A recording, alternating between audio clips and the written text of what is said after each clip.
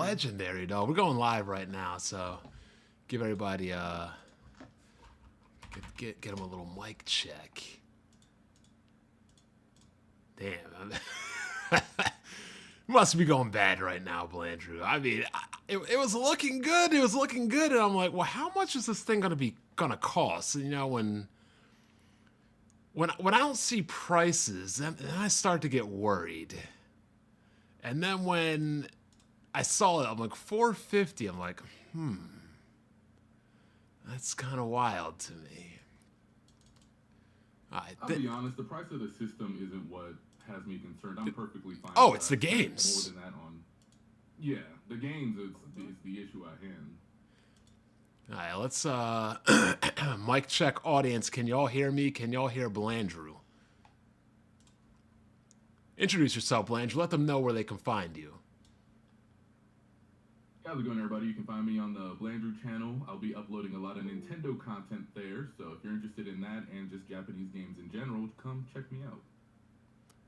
And you're not echoing on your side, hearing from my speakers or anything? Nope, sound good. All right. One's in the chat if mic quality is good and y'all can hear Blandrew fine.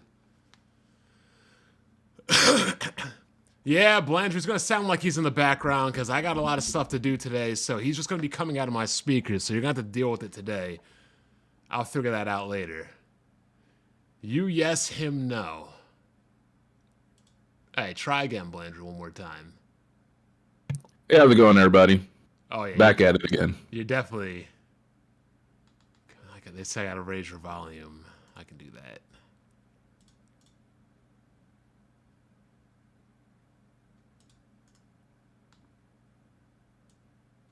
I can raise up. This is impromptu, so apologize on the technical difficulties. I boosted up Blandrew. No, you're not getting a Blandrew reveal today. That's not happening. Better now? Speak one more time for them, Blandrew. Hey, how's it going, everybody? Yeah, definitely no face cam today. Oh, now he's saying too loud. It's better. Much better, but loud. Okay, I'll decrease you then. I boosted you up 50. I'll boost you up 30. So, yo, I'm here with Blandrew, an old acquaintance, an old associate. You know, longtime YouTuber. You know, I've always gotten along with Blandrew. I mean, you really can't blame me for the only thing I've never gotten along with you, and that is attendance. But, you know, I respect that people have lives outside of YouTube and have other things to do. So, you know, I don't ever hold that personally against you. I just call it like I see it. And you know what? At the end of the day, Blandrew, I would rather you handle outside endeavors before YouTube first. And I will always respect that you do, because that's real life. That's the way life should be. Facts. Appreciate you for understanding that. I used a lot of PTO and vacation time to make it to a lot of the Weapon Wheel episodes in the past, and people were still unappreciative of the attendance that I could pull in. But thank you for that. I appreciate it. Yeah, man. I mean, look, I kind of give you a little bit of a hard time. You know, he's not going to show up, but it's only because you said you were going to show up, and then you didn't show up. But outside of that, like, look, I always tell people, handle your real life business. YouTube is secondary. YouTube's a hobby.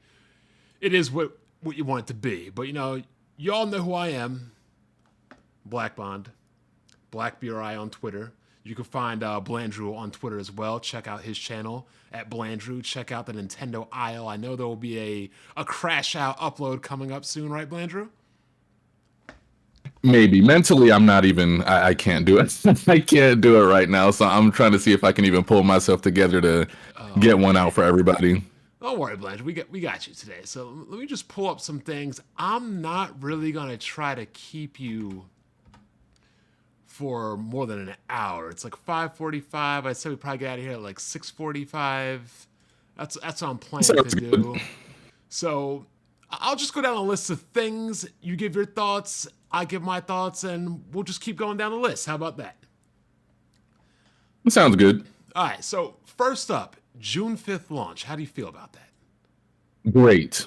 I'm glad that we're able to get this console much sooner rather than later. I did not want this thing to spill over into fall or holiday season. So I'm glad I really only have to wait about a month and a half until I'm able to play on this thing. I was kind of hoping be able to make But May, but June 5th, I'm perfectly fine with that. I would have preferred it a little bit earlier because I like the game during social reject season. June kind of is the heart of the summer, but at the same time, I would rather we have it sooner than later. So June is obviously better than November, December, or September. So gives people, a good amount of time to save up for their $100 games and their $450, $500 consoles as well. Because we got about 5 months till June. So hold on, January, February, March, April, May. No, we got like about a month and a half until 2 June. months, never mind. Yeah, 2 months. So y'all little kids are be cutting your grass and everything because this is coming up. So yeah, I agree. I do like the June launch. I would have preferred May, but April, May, but it is what it is. I'd rather have it now than have to wait till the holidays because Nintendo is probably going to give us some games early on. Then they're probably going to cool off a bit while third party gives games out, and then they're probably going to kill us with some bangers this holiday. That's what I'm seeing anyway. Have a strong launch, have Mario Kart out there, build up the base, try to pump out as many machines as you can, get third party rolling, then come holiday, drop some bangers. All right, next up. I'm seeing games like, Metroid Prime 4, the 4K 60, 1080p 120. I'm actually surprised that we're getting anything 4K 60, let alone I'm more surprised that the LCD screen holds a 120 hertz. I know we're not getting OLED. I know we are getting HDR, but I was actually surprised that it supports 120 frames. I know. I kind of was just expecting, I won't say 1-to-1 switch, but the way it was being talked about leading up to it, how everybody kind of assumed that 1080p on such a device for as cheap as it was going to be, and same for the battery life. I'm kind of glad that they were able to get their specs in order as far as the handheld portion of this thing. Again, even 120 on the portable system is pretty crazy. I've never experienced that in my life yet, so I'm interested to see what that looks like. I have the TV for it. I believe the LG C3 or something like that. So it'll be nice to get some use out of that and see what my Switch 2 can actually do on that TV instead of just utilizing my Series X and PS5 for it.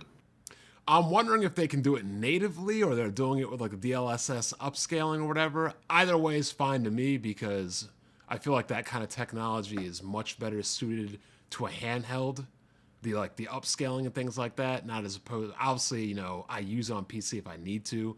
I'd rather have it native on a larger screen, but look, if you're playing in handheld, obviously concessions and compromises have to be made. I don't think it will be that big of a deal. Wait, so how are you primarily going to, I didn't mean to cut you off. How are you primarily trying to use this device? It depends on what I'm doing, actually. I don't mind handheld mode for like certain kinds of RPGs. Sometimes I'll just sit in bed and play. Other times I'll just play on TV.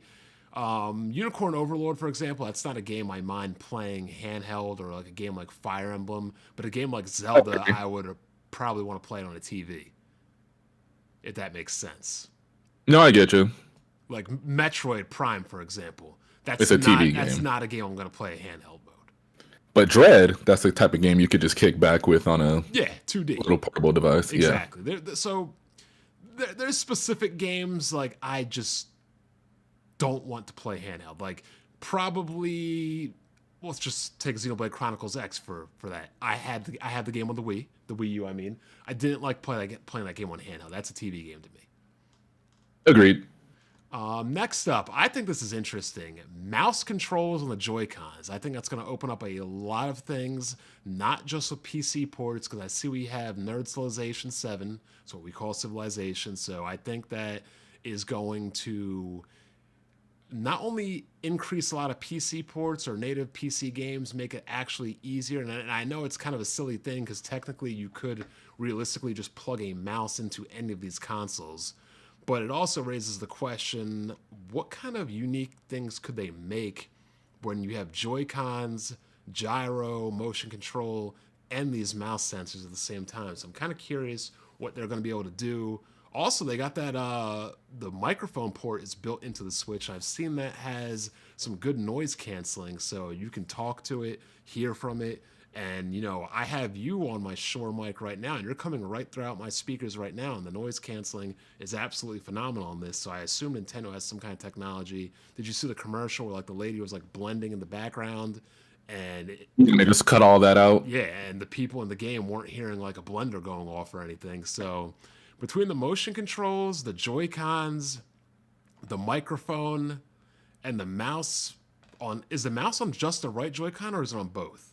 It's on both of them. Okay, I don't know personally what I would do with it, but I feel like there's something there to be creative with, if that makes sense. Agreed.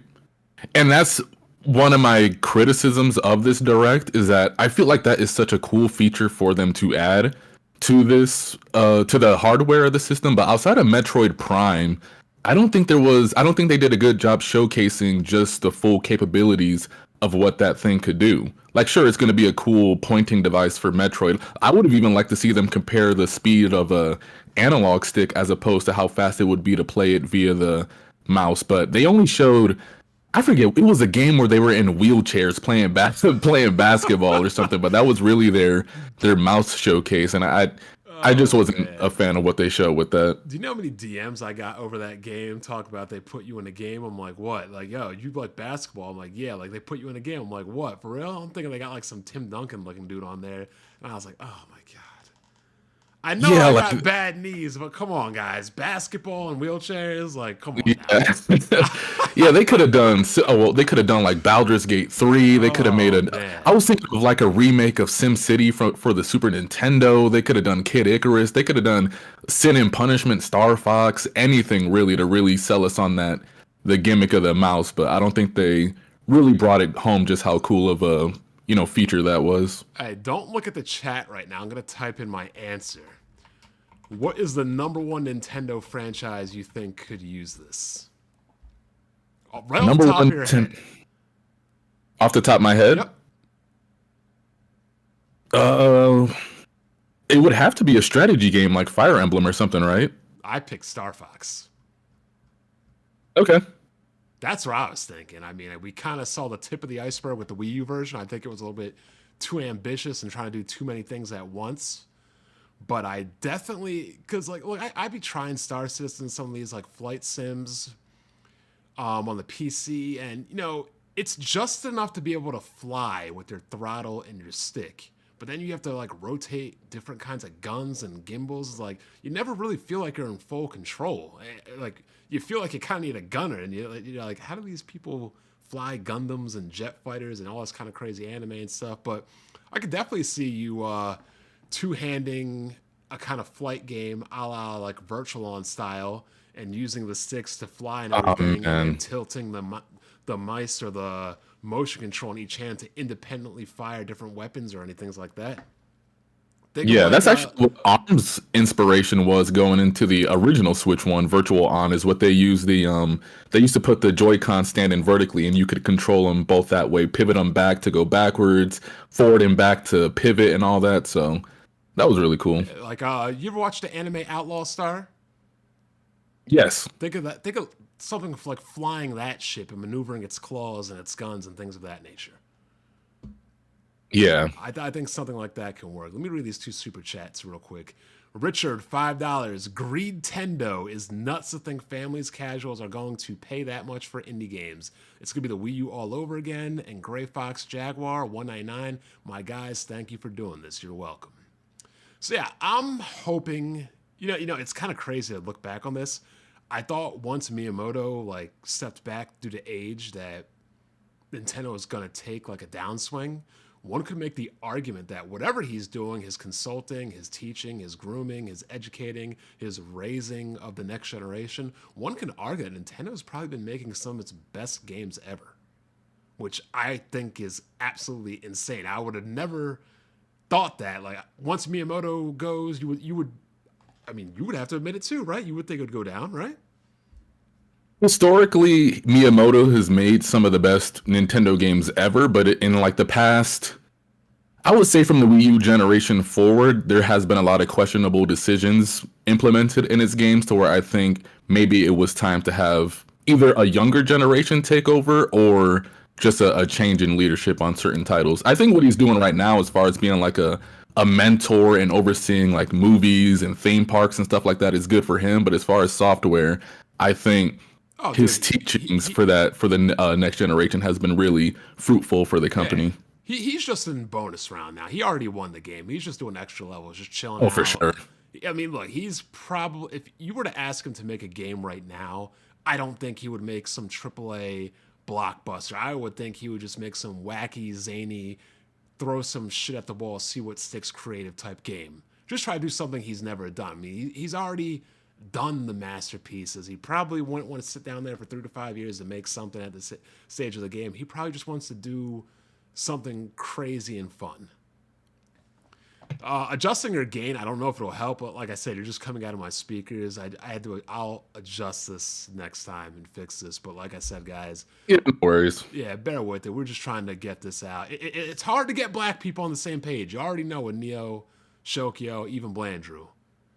And yo, I said we should do a once a month like cast or stream. That would be fun. Me, you, and Shokyo. Don't do it weekly. Do it monthly. Get together. It doesn't have to be a specific day every month, but everybody try to come together and be like, look, this is the day we're gonna do it. Yeah, whenever something relevant happens worth talking about. Yep. Next up, we got the camera. See, I'm confused about this camera, right? Especially because they showed Uno. Did you ever play Uno on 360 with the camera? No. The Wild West. Dicks, vaginas, titties, all kinds of craziness. Look, it's wild enough for me to imagine Nintendo with voice chat, but a camera?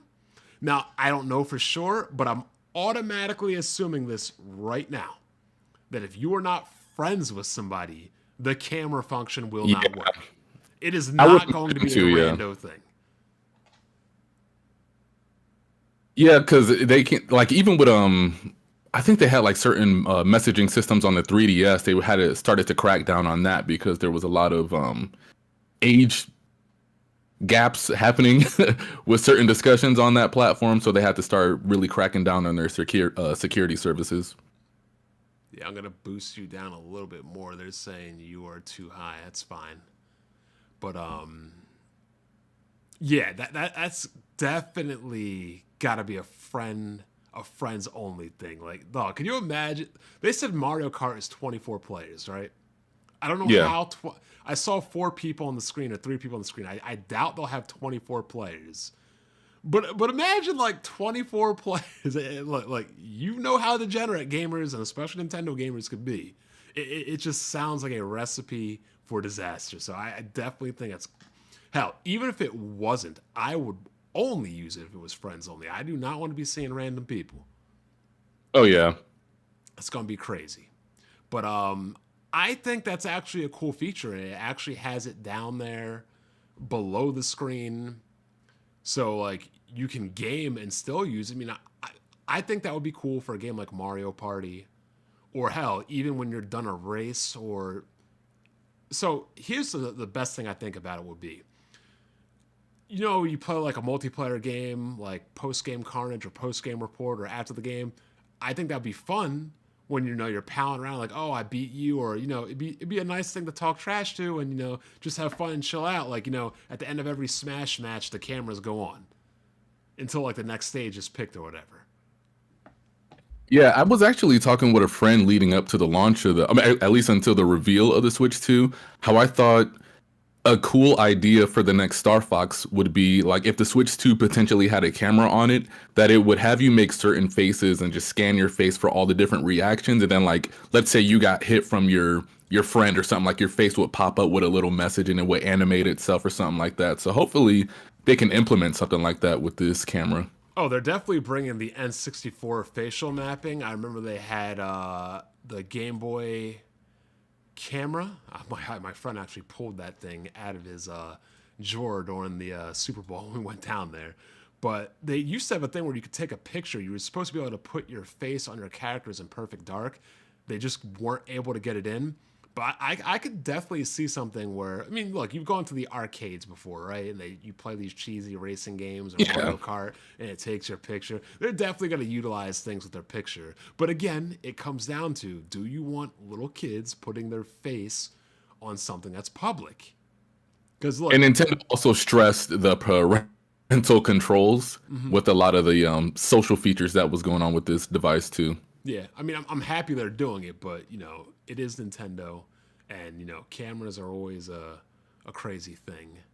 So next up, we've got the local play via Game Share. So I mean, this has been done in the past with Game Boys and DSs and Game Boy Advances. That if you're playing 3DSs. you're playing locally, that you only need one cart.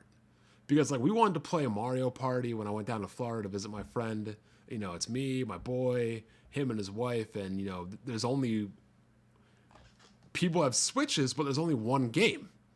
Now with only one game, everybody can play. Now, I don't know how old you are if you remember this, but back in the day they had PC gaming. They had this thing called spawned copies or spawned CDs. So you could play, you could use a spawned CD, which would allow you to play LAN only. So let's say you had 3 computers in the house, you could use the spawn CD feature to put the game's multiplayer on 2 other computers in your house so you could play multiplayer on LAN. Yeah, that's cool. I've actually never heard of that. I've seen it done on like other platforms before, but I've never heard about that. Yeah, so that's probably where it comes from. But yeah, that's cool because if I have a Switch and my girl has a Switch or something, and why should I really? If we want to play together on 2 separate Switches, I shouldn't have to buy 2 games technically. I mean, we're playing multiplayer. Now, how that works, does it stream? I'm assuming it downloads like a spawn copy to the other Switches or something. I'm not sure, but I'm assuming that's how it works. Yeah, I don't think they dive too much into it, but I would like to see more of how they do plan to implement that. Like Mario Kart would be a great introductory point for that. Okay. And next up, we got the Nintendo Switch 2 Welcome Tour. Got the mini games. Allow you to go throughout the hardware and explore the hardware. No, I think it's pretty cool. I mean, it's just something to pique people's curiosity. It's not like supposed to be a game like Astrobot or anything. But I'm saying it does let you navigate around the actual hardware, like in a PlayStation Now space, and allows you to use and demo the features and the settings. And so I mean, it's not a game; it's free. So it's actually you have to pay for it. That's the only real issue I have with it. Like the concept of it is fine. Yeah, it's a digital only thing that you gotta buy. It doesn't just come installed in the system. I take back. Otherwise, I would agree. It is a cool little how does your system work type thing. I take back everything I said then. I mean, like I said, for a free thing like that's a cool thing, but I take back everything I said now. Yeah. My camera, I don't know. It feels like I'm lagging right now or something like that. I don't know. Whatever. If it comes up bad, it comes up bad. I'll fix it later. Like I said, I wasn't really... Actually, no, I think it's OBS. Yeah, this is going to come up, and it's going to be a delay from my mouth. Whatever. We'll fix that later in our time. Yeah. People just listen and grind in an RPG or something. We'll get it right next time. Yep. Oh, for real? Yeah, you just bombed for a sec. That's all good. Next up we've got now that you tell me you have to pay for that, no. I'm sorry. I'm not down with that. Mm-hmm. Should be free. Next up we got enhanced Zelda games. The fact that they're selling them for $80 is ridiculous. I don't know how much the upgrade is. I'm happy that they have the upgrade so you don't have to rebuy the games. Even better that they're free if you are an online... What, you need the online subscription or something? NSO, yeah. Yeah, so that's good in itself. But, Blandrew, people are going to come at you because this is one of the things that you didn't like about PlayStation and Sony. But I will say this. This is, to me, a much better option than what Nintendo has usually been doing, which is just keep re-releasing the same game and charging you. Oh, definitive editions and remasters and... Just porting it over the Wii U library to the Switch. Yeah. And to be honest with you, I was talking about this in the Discord. If the hardware wasn't natively just going to be able to upgrade all of the games, I really didn't want to see Switch 1 games handled in this manner. Just leave them as it was. Okay, they're not going to be perfect. Fine, but let's just move on to something else. Like if it was a Series X type of situation, cool. If it was something that we have to pay, performance patches for, they could have just kept it. And it's weird because they're being like very, very picky with the games that they want to have these upgrades for. Like Legend of Zelda, there's multiple ways you can go about getting that performance patch, whereas games like Mario Odyssey, Echoes of Wisdom, Link's Awakening, I believe there was some of the other games. Animal Crossing, I believe it was, were games that you just get from having the game. There was no added fee. There was nothing else that you had to do. You just popped the game in and you had a free performance patch for it. So I'm not entirely sure what their logic and reasoning is for certain titles. I mean, I was hoping, honestly, it was just going to be a boost mode across the board to get 60 frames, like, and Same. maybe a bump of resolution. I don't really think anything else. I mean, I get why they did what they did with the Wii U. One, I can't stick a Wii U disc into my Switch. Can't do it. I mean, we have backwards compatibility, so that makes this much better. But two, the Wii U didn't sell anything, so it made sense to re-release a lot of those games. I don't think you need to re-release anything on the Switch because damn near everybody already bought the Switch. So what do you know what I'm saying? Like, what are you really doing? Mm-hmm. So I don't think we need to re-release any Switch. There should not be one Switch game re-released on the Switch 2 because, again, you can just buy the original version. And again, who didn't have the original Switch to say that, oh, I just got a Switch 2 and I missed this game on the Switch? I don't think that's a possibility. Yeah. All right. Next up, we got GameCube Games Online. I'm excited for this only because there hasn't been, I mean, I don't know if you could see my controller rack right up here. I pretty much have a controller for everything. Genesis, Neo Geo, Wii, Xbox. Any game I want to play on my PC, I have the perfect controller for. I'm getting the N64 one for 8-bit though, so I'll take care of that. But there really is nothing for the GameCube, especially if you want to play any kind of games that were on the PC for Nintendo or like anything. Like, there just isn't one. There was a Kickstarter for a GameCube controller. It didn't make it, but to have a wireless GameCube controller, even if I don't plan on playing GameCube games, to have on the PC will be a good thing in my opinion. Agreed. Not to mention, it's just my favorite controller overall, so I'm always happy whenever they reintroduce that to us. Yeah, not to mention that they're really, I mean, they're not really remaking the GameCube controllers for the newer hardware. Everybody's still using actually old GameCube controllers, right? I mean, I know they got replicas, but is there an official, like, new branded GameCube controller? I think Smash Ultimate or Wii U might have been the last time they released a GameCube controller, because that's the game that they're always going to have a GameCube controller ready for whenever those games do come around, because after all these years, that's still the way people prefer playing those games. Yeah, I see it. It's $50. My only issue is, see, I want them, they might as well just put another Z button on it just for the hell of it. And they might as well make both of those joysticks clickable. That way it's a fully featured controller I can use on anything. You know what I'm saying? They put 2 additional buttons on the grip of it on the back, I believe. Okay, that'll work then. That'll work. Because my only issue is why they probably won't make clickable controllers is because the Smash community will probably rage over that. And the Switch 1 doesn't have, Switch 2 and Switch 1 don't have clickable buttons, I believe. You can't click in the analogs? I'm lying. I'm talking about analog stick, my bad. I didn't know that. No, they have clickable buttons. I misspoke. Oh, hold on. My friend wants to pop in real quick. Can I add him? Hold on real quick. You can keep going on, Blandrew, while I add him in. About the GameCube.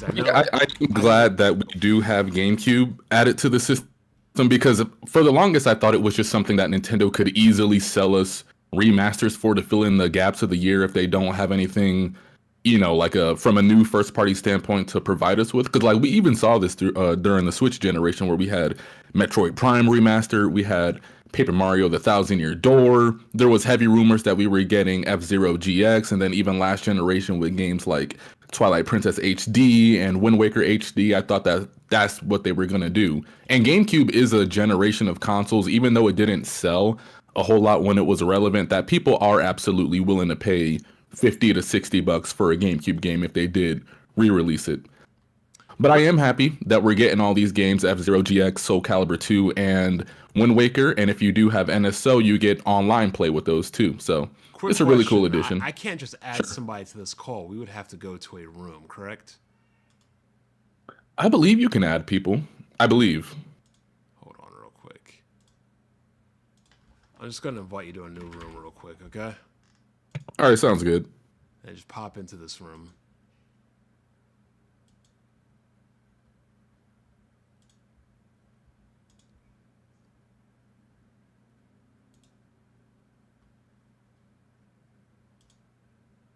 Can you hear me?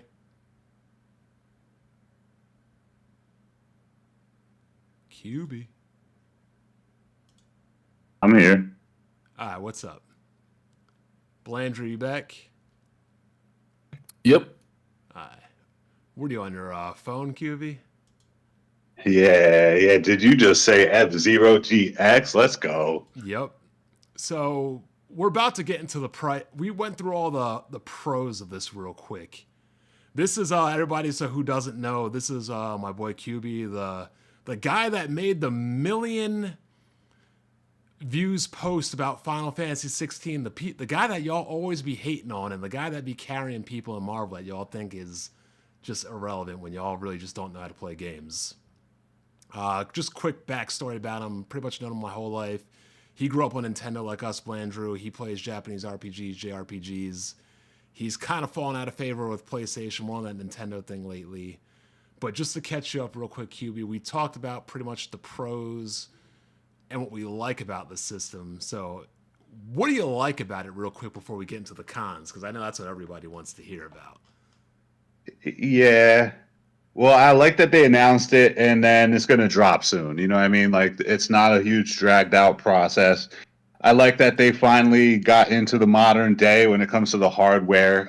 They've been letting their gameplay carry them for far too long. They've been releasing the same stuff over and over again for far too long. It's nice to see them release a console that actually is keeping up to date, at least from a hardware perspective. For once, I saw. Okay, I didn't like the LCD screen, right? But it should be OLED or something like that. But obviously, they're going to come out with a new one later and squeeze you for that.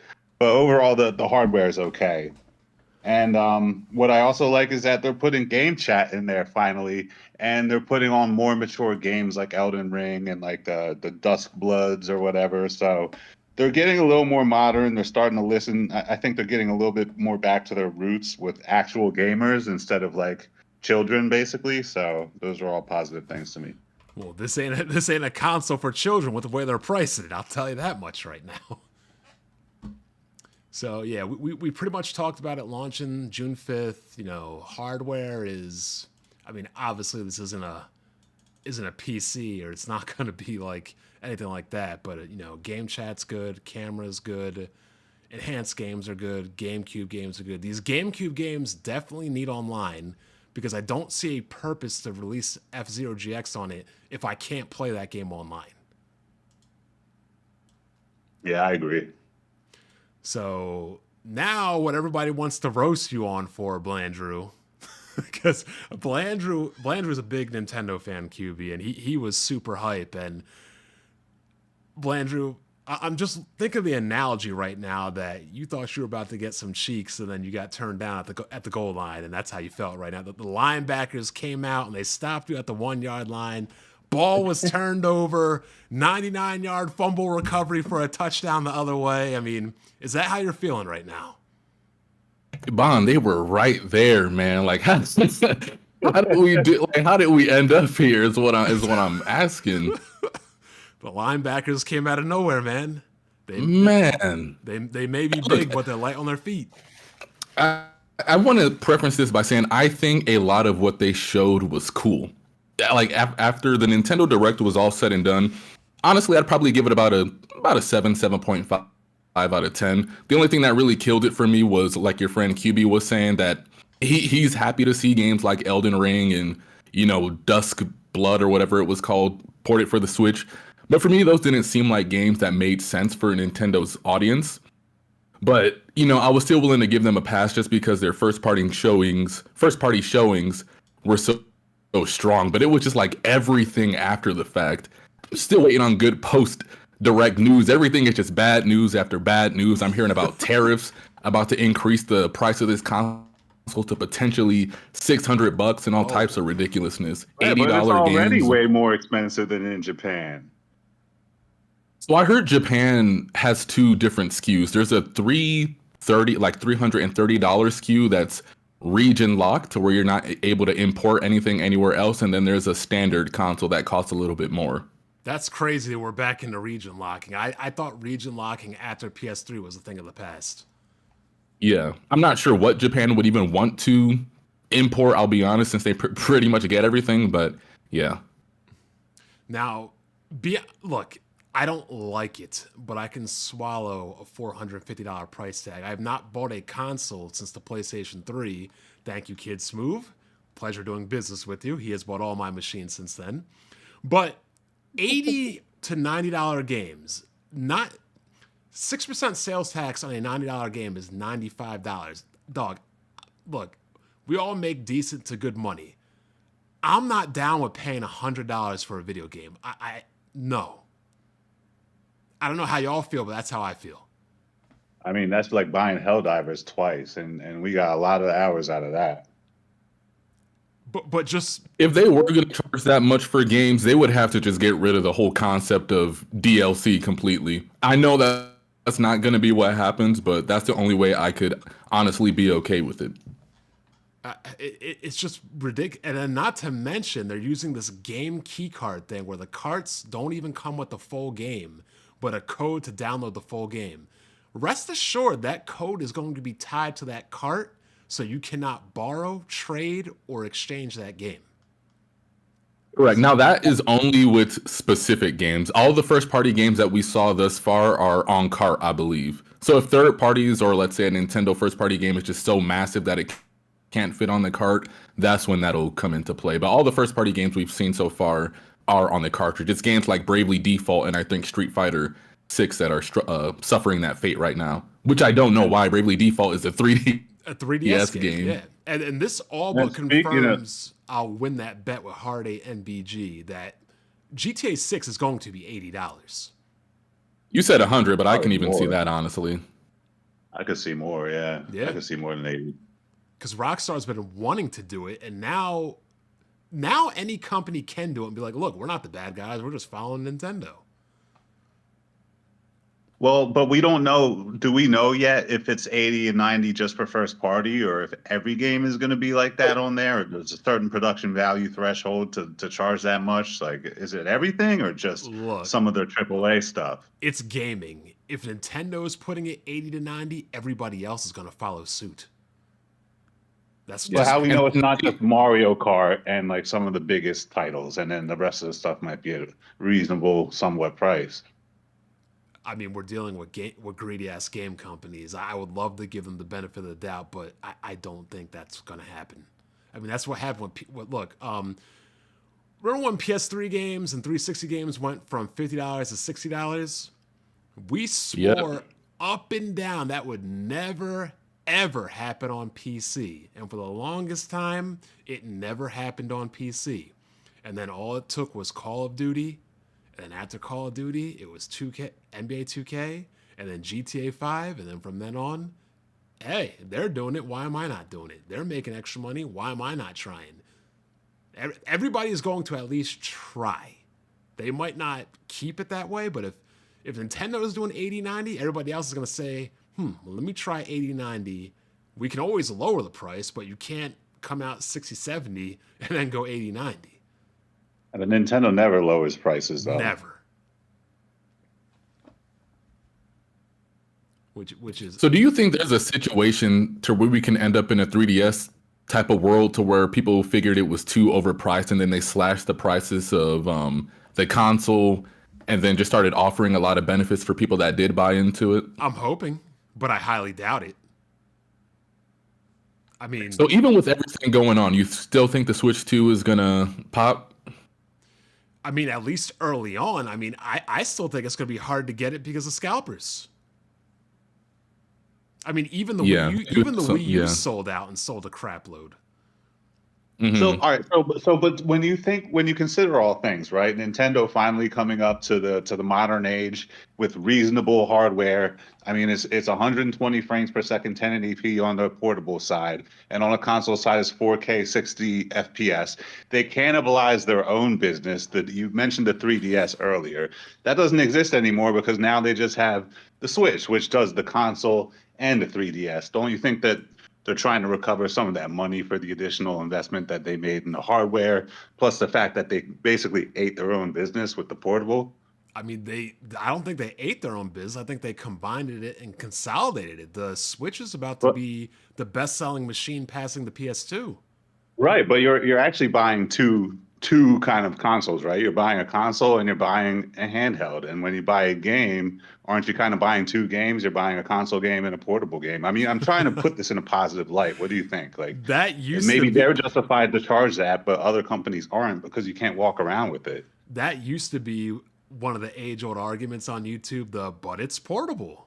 I get 2 copies of the game. It's technically half off, but now we got things like the Steam Deck where I only have to buy the game one time and I can just take it on my Steam Deck anywhere. And it's on my PC, which plays exponentially better too. So I mean, I don't really have to do anything else. So I also think that consolidating is better because back in the 3DS days, a developer had to focus on one platform or the other. Now they only have to focus on one platform. You're not splitting. Well, like we had GameCube Fire Emblems, and then for the rest of the time, all we got was portable Fire Emblems. Now we just get Fire Emblem, which is good in my opinion because we don't have to deal with the portable saying ones. that, like, I'd be curious to see the numbers. Like, did they realize that they're pulling in less revenue from just having the Switch versus when they had whatever was before that, Wii U and a 3DS out there, and they were getting revenue from both sources? Did they realize that they're getting a little bit less by just selling the console, which does both at the same time, and now they're trying to compensate for that? That's what I'm wondering. I'd love to see the numbers. Nah, because I'll give you some numbers right here.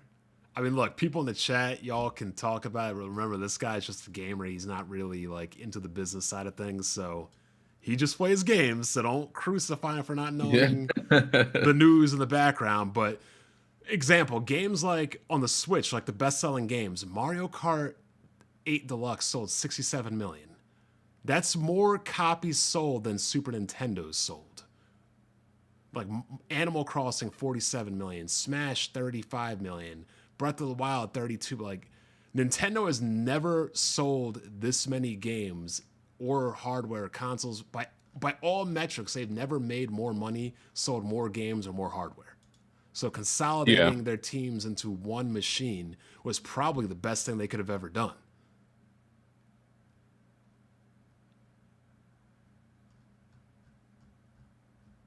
Nothing?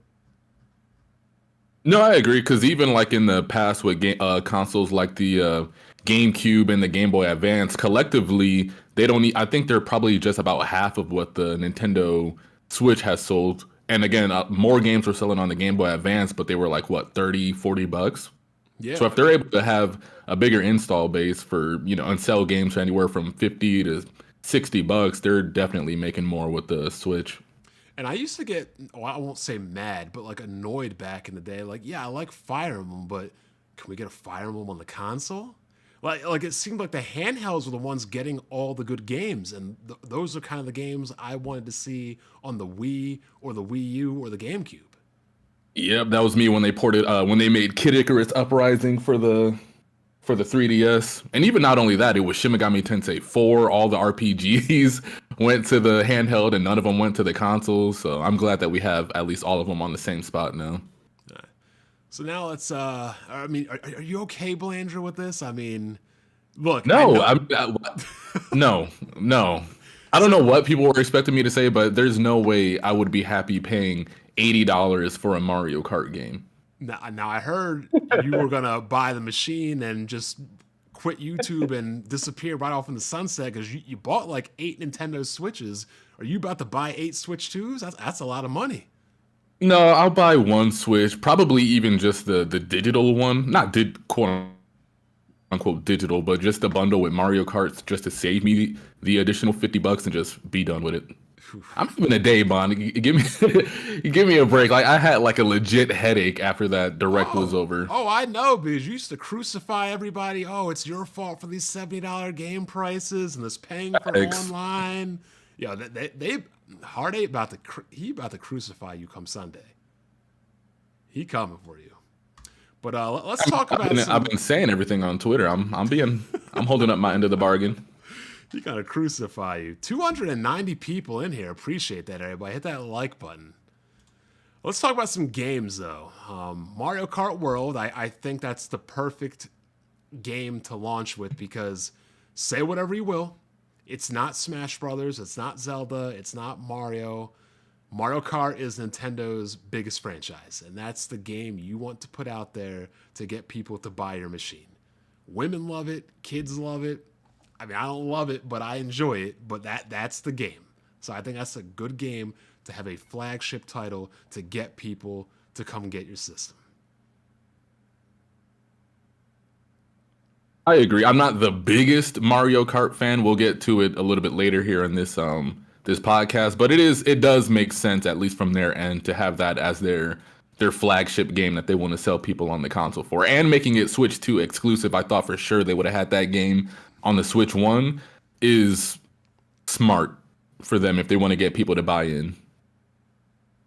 What do you think, QB? Absolutely, I agree, and I think that it's nice that they're putting in an additional element with the open world, a little bit of exploration, because both of you have already said that you're not crazy about the franchise, but it's still good for the industry. I agree, but for me, the replay value was just too low, and all you could do is just run the same tracks. So the open world, as well as communication and in-game chat, could open a whole new dynamic, and I think it's a good opener I think it's a good release project. But I'm a little. I would rather see a Mario though, like a real Mario game. How long has it been since Odyssey? I mean, what are they doing? 2017. Well, the reason I think they're not making Odyssey is because we're getting the first 3D Donkey Kong since Donkey Kong 64. So I don't think they're going to release a 3D Mario right next to a 3D Donkey Kong. They're not even in the same category of popularity. As well. They're not, but I'm just saying you don't want to cannibalize your games. I mean, also, who's developing this new Donkey Kong game, Blandrew? I think it's the studio that did Mario Odyssey because it looks very similar in the way they animated their characters and NPCs in the world look straight out of Mario Odyssey. That's why I thought it was a new Mario game at first until I started seeing the chimps in the mine. Oh, well, there you go, QB. If you want a new Mario game, now you got Donkey Kong.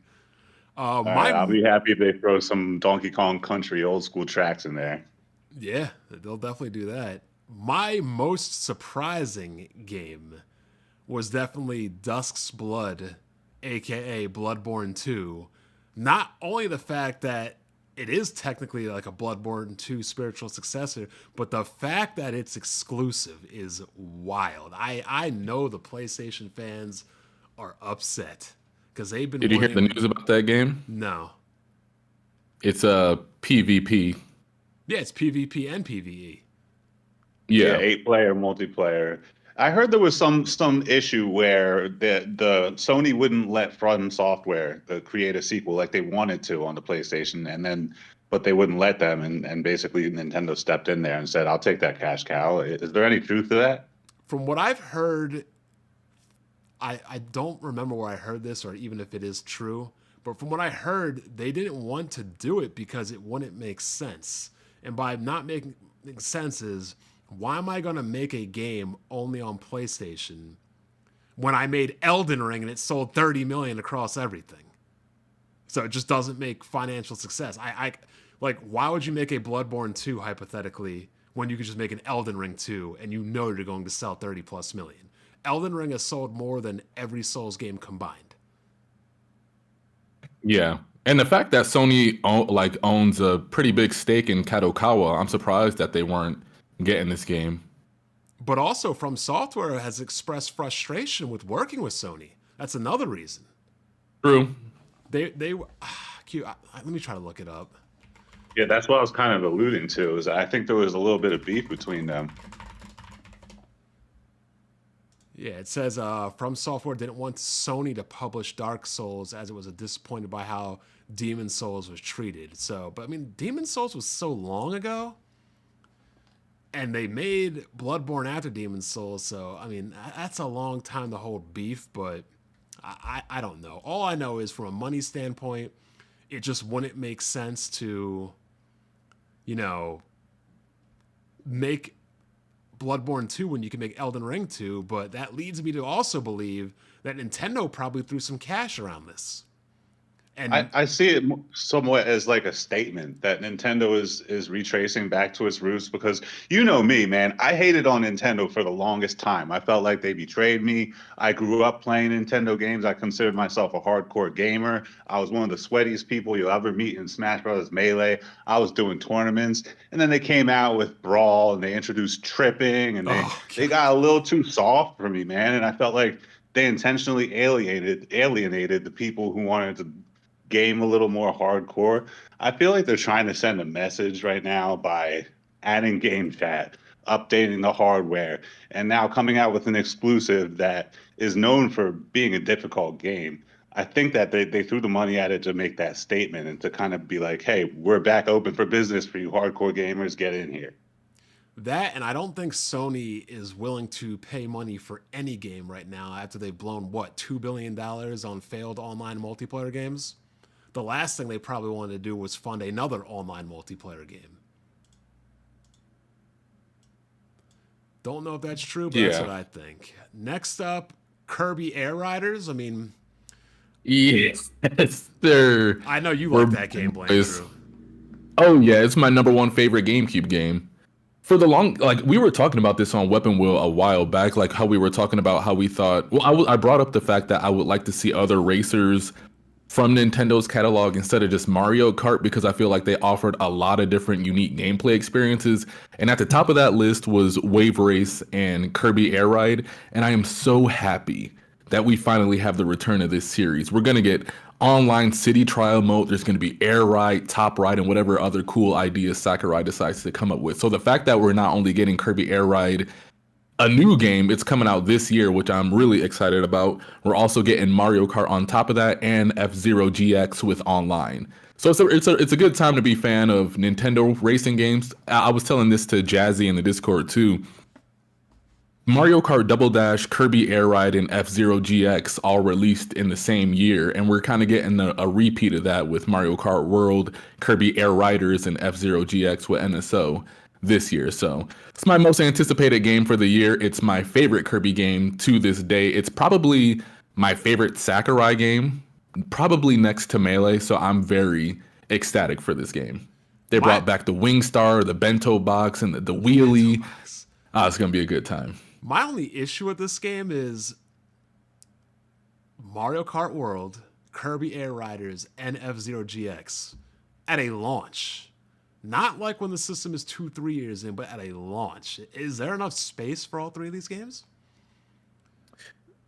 I think so, because Nintendo, their second half of the year, despite what I may think about all the news that came out after the Direct, they do have a really good roadmap ahead of them. They have Mario Kart at launch. Following month, they got Donkey Kong somewhere in there. I'm sure Metroid Prime 4 will come out. Then there's the Pokemon game, Kirby Air Ride, and Hyrule Warriors. This isn't even including like Rhythm Heaven and Tomodachi Life. So there's a lot of good games to, give us space for variety as far as games that are concerned.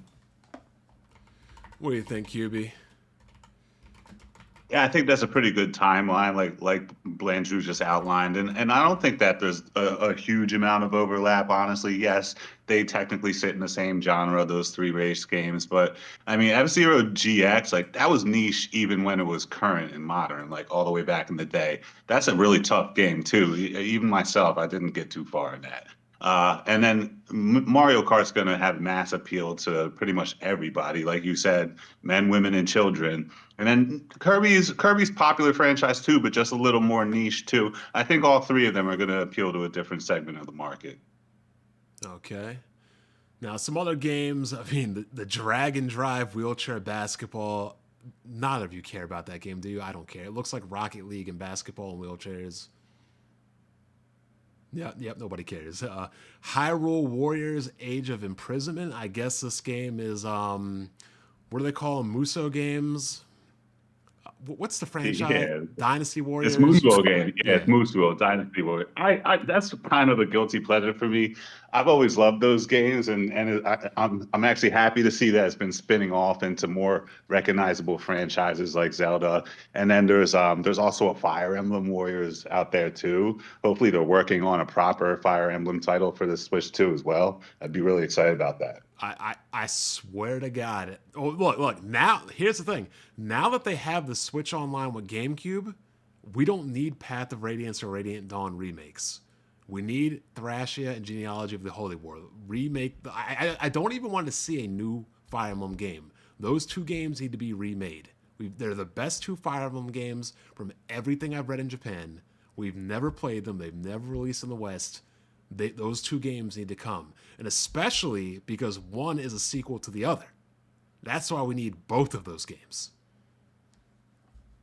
They said those games were being remade, but I don't know. Like Nate the Hate said he saw those games were being remade, but I don't know where they've been at this whole time. I mean, one of the two, remade, remastered, ported, localized, something, because we never really get Fire Emblem games that are also sequels to, I mean, I guess technically we do. They're in the same universe, but not like literal direct sequels. Metroid Prime 4. Don't know how you feel about Metroid Prime QB. I love Metroid Prime. I still got both my copies right here on the GameCube. I've got the Wii version of, what was it? Prime Corruption? Yeah, 3. Prime Echoes Corruption. I like Metroid. Awesome. I like it too, Bon. I like it. I'm not hating on Metroid. I think that one's going on the original Switch too, as well, right? Yes. So I get the Switch 2 will have the updated version. That was the one they said that'll be 4K 60 or 1080p 120, which I kind of want to see. I mean, I want to see what it looks like. I mean, we'll see, but I'm definitely not going to get that on the regular Switch if I ever decide to play this game, which I am going to play it. Yeah, I was about to say, Bon, you've been waiting on this for a minute. You got to play this at the best way you possibly can. I've been playing this, waiting for decades. I mean, I waited 22 years for Metroid 5, and I've waited, 10 years, probably more from the original Wii's Corruption. So, you going to try the mouse controls with it, or are you just going to go regular analog stick? I mean, I'm not sure. If I play the original ones, I like the L auto aim on the GameCube controller. I had no issue with the Wii. I thought the Wii version was pretty good on Metroid Prime 3 with those controls. So, yeah. I mean, I look, I don't know what I'll play with, but I assume that they'll make this good. Whatever the default controls are with the mouse or the sensor or anything, I'll try whatever. We'll see what works. I was going to ask that. Like, I feel like that kind of game would depend on where you plan on playing your Switch the most, whether on console or portable. Like, do you think that the quality of a shooter game like that would be somehow decreased when you're going portable? Or I don't feel like I would want to play Metroid Prime on the road. We were actually talking about that earlier. Blandra was asking me, do I play my Switch more portably or on TV? And I was saying it depends. Like, I can play Fire Emblem on portable. I can play Unicorn Overlord on portable. But a game like Zelda, I want to play on a TV. A game like Xenoblade, I want to play that on a TV. I don't want to play... I mean, I don't know how to like accurately describe it, but there's some games I prefer to play portable, like laying down or in bed, but there's other games I want to play on a TV. If that makes sense. I'm the same way. Like, I couldn't tell you exactly what it is that makes my mental slot one in for the TV and slot one in for portable, but I agree there is something there. And I don't think Metroid would be one of the things I'm playing on the road. I think the best thing They're more handheld design certain games. I think if the game has a sweaty component, I need a TV. That's what I think it is. Yeah, If it's like like a a turn-based or an I'm not playing RPG, on a handheld. like you probably play Suikoden on the handheld, right? Oh yeah, I was in Canada last week. I just ran through probably 10, 15 hours while I was Yeah. there playing Suikoden. Like that, I could play on a handheld.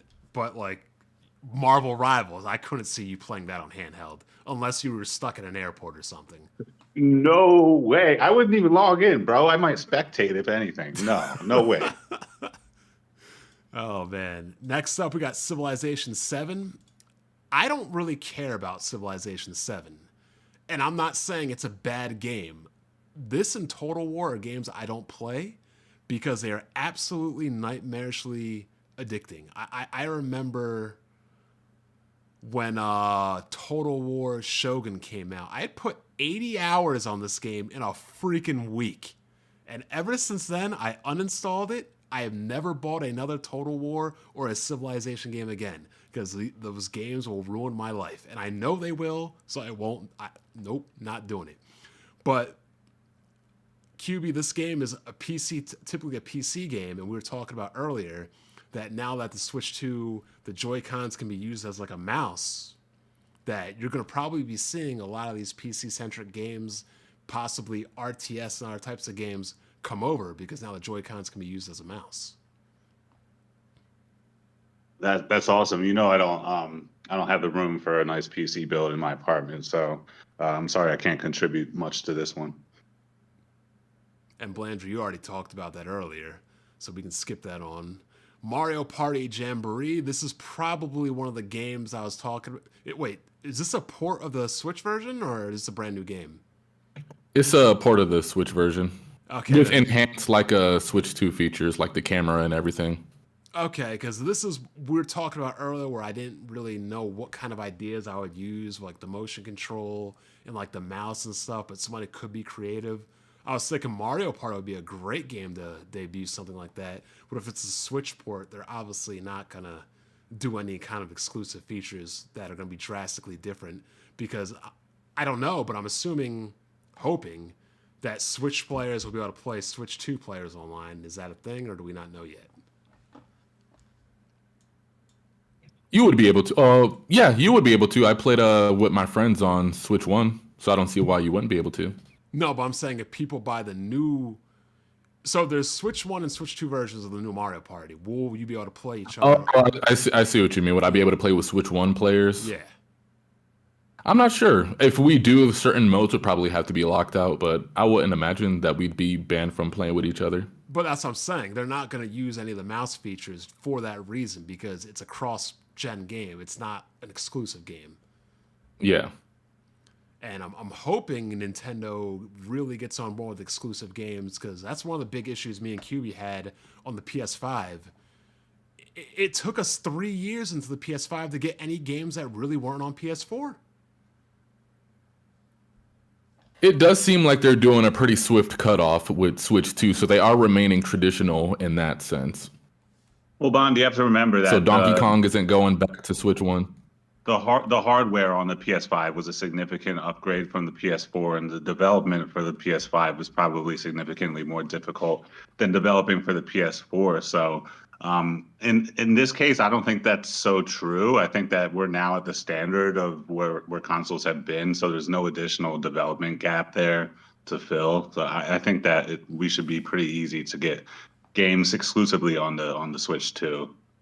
Yeah, I think Moore's Law is kind of ending. I mean, I look, when we all got N64s and PS1s, we thought it's never going to get better. Then we got PS2s, like, oh, it's never going to get better. Then PS3s, PS4, it's never going to get better. I think we're kind of at the point where things can always get better, but things aren't going to be better to the point where we're going to need like massively huge hardware upgrades, if that makes sense. I mean, I'm not really seeing any difference between PS4 and PS5 games, honestly, outside of better performance, really. Yeah, Well, that makes sense. Most of them came out on both consoles, so Exactly. there's no difference because they're the same game. Yeah, ridiculous. Yeah, we just got back to 60 as a standard, so.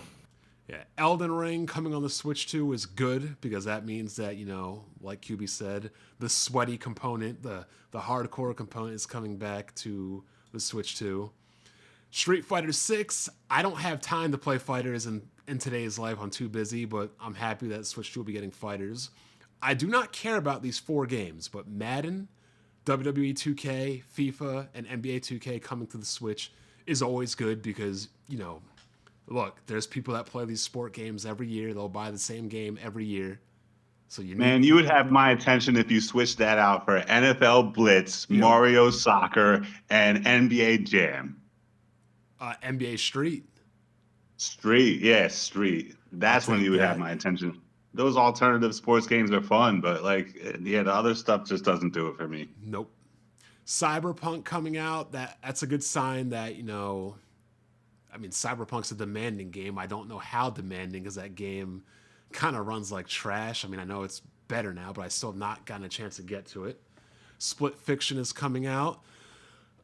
These are the 3 games I really want to talk about because QB's also a big JRPG fan. We've been talking about. I don't know if you watched my FF16 stream, Blandrew, but I thought FF16 wasn't a bad game, but it was a joke of a Final Fantasy game, if that made sense. If that game was called Devil May Cry, I would have no problems with Final Fantasy 16. But the fact that it was called Final Fantasy, to me, was a joke. It was an epileptic seizure of Devil May Cry. It had no RPG elements, no weaknesses, no spells. It was literally a hack and slash game with the FF16 moniker. Did not sell extremely well. QB watched me stream. He was just... Hell, you could watch that game and get high. It was so crazy looking. Yeah, I felt like I was having bleach poured into my eyes on those Eidolon battles, man. But the point we're making is the sales of FF7 Remake and Rebirth probably weren't as good as we expected because Square Enix released them on PC later. They didn't really sell too well. And Blandrew, I think you feel the same way as I do. With Sony kind of abandoning Japan studios and really being more of a Western developer, to me, it's incumbent on Nintendo to prop Japanese AAA games back onto the map and to get games like Final Fantasy, Dragon Quest, and all the big name JRPGs of the past to get them back on their rightful places on the throne. I agree, and that was the biggest thing I was hoping to see at this Nintendo Direct. I don't feel like they did a good job showcasing that they were going to be this Japanese behemoth going into it. It seemed like they were more focused on saying, hey guys, we got all the Western third-party games that you guys claim you wanted to see from Nintendo, as opposed to really, diving into their Japanese roots. Because, say what you will about the PS5, but Japan, they like their handhelds, they like Nintendo, they're not really buying the PlayStation, so for these games to sell, they have to be on the Switch too. So I'm happy Remake is on it, I'm happy Rebirth is on it. The fact that Remake and Rebirth are already on it automatically means that, what do they call, I don't know what they're calling the third one, that the third one's going to be on it. Fortunately, I'm going to buy the third one on the PS5 because I already got the bonuses from one game to the next game, so I might as well continue the bonuses and have them all on the same thing. But Dragon Quest 12, that's an automatic buy on the Switch 2.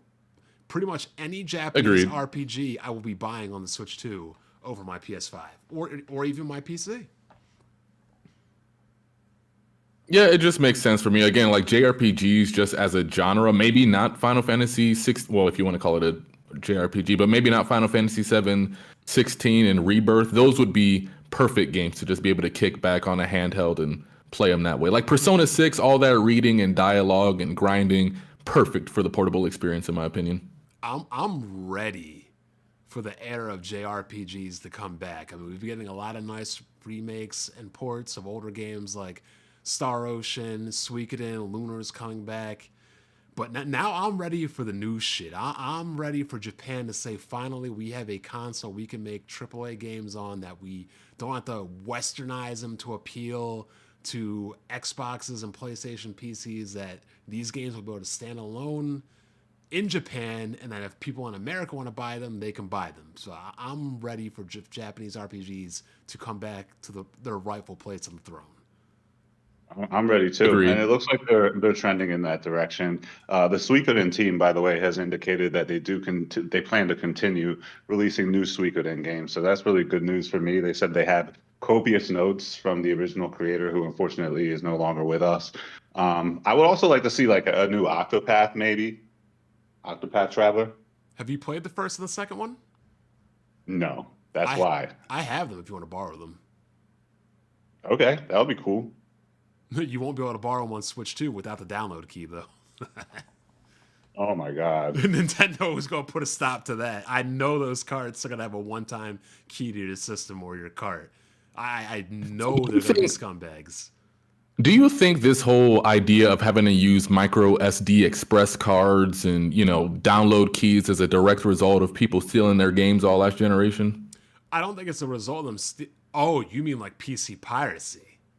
Pirating and even just like hacking the original Nintendo Switch and like unscrewing certain things to get all their games for free. I'll be honest with you. I think Nintendo is more worried about the piracy than they are about used games.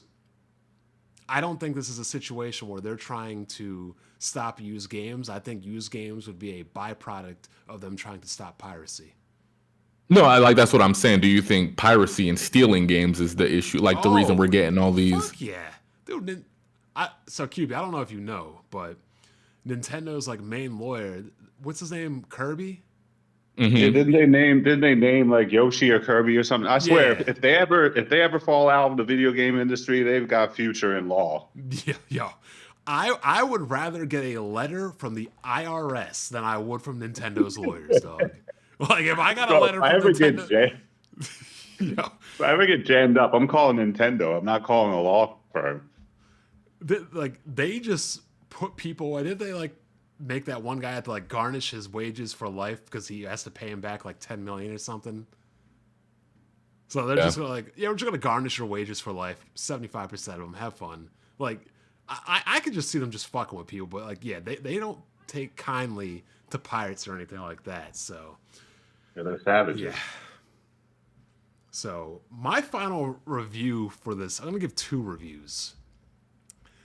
I would give this a 7.5 out of 10 regularly, but due to the pricing, I got to give it a 5. Damn. Yeah, like I'm sorry, like I just can't swallow spending $100 on a game, especially knowing that I like just being a PC gamer, I could probably get the same game for half the price and play it way better. I know there's exclusives or anything, but like $100 is a lot of money to be spending on a game, no matter how you cut it. Nintendo knows that they're the only place that you can get what they provide from, so they're charging a premium for it, and they're taking pride in their work, man. They are. So when do you think we'll start seeing the effects happen on the other platforms? Is it gonna be GTA that really kickstarted, or will there be other games that? It's GTA. I guarantee you GTA is coming out at least at $80. Yo, Rockstar right now is probably popping bottles and champagne because they've been talking about wanting to release GTA. Oh, we should and we want to release it for $100, but we know the market won't like it. Dog, you can say whatever for Mario Kart, Zelda, Mario, all these games. GTA is the biggest game in gaming. And if Nintendo's doing 80-90, damn well know that Rockstar going to do 80-90. But you can't walk around with GTA. That's the thing. Yeah, you can. My argument is that they're play it on charging Steam more. Deck. But yeah, I guess. You But have to wait a little bit for it, but yeah. It's not integrated into the ecosystem that you're purchasing it from. Yeah, it is. The Steam Deck literally transfers your entire Steam library to it. So if I buy a game on Steam, it's in my Steam library. And I can just open my Steam Deck and play it. Right, but you need to buy a Steam Deck too. Yeah. But I'm saying you don't ever have to buy games for the Steam Deck because they just play. But I get I'm just saying with the Switch, you get the Switch and you got it. You don't have to buy something else. Yeah. So what are your final ratings before we wrap this up?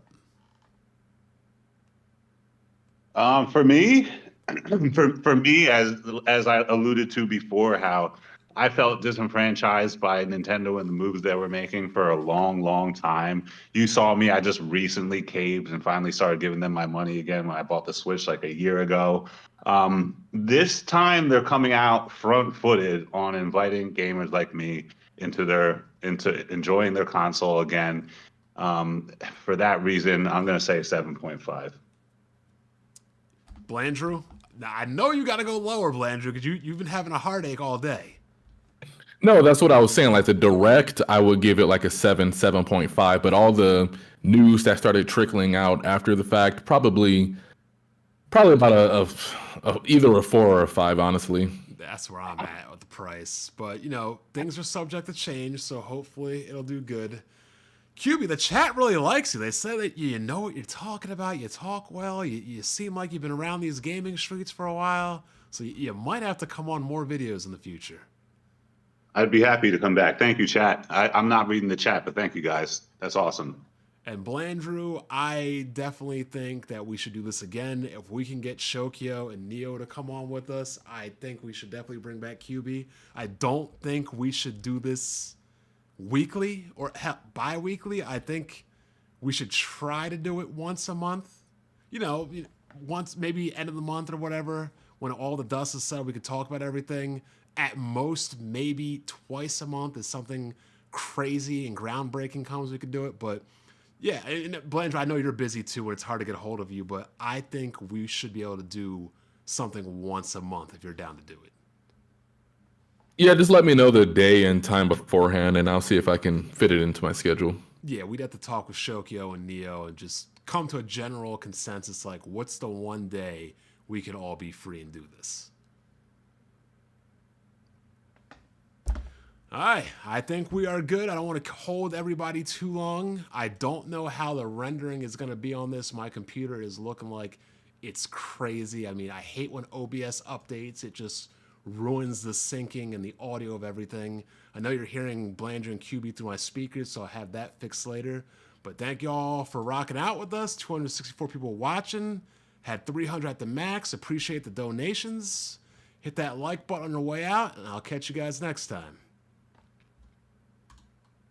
And QB, I know you kind of upload to your YouTube channel, don't you? Do you still have it up?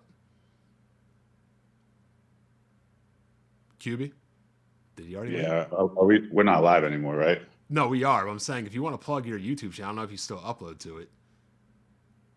Oh, Or do you yeah, I'll take a look. If you want to, I can add in the description later. But we're gonna get out of here.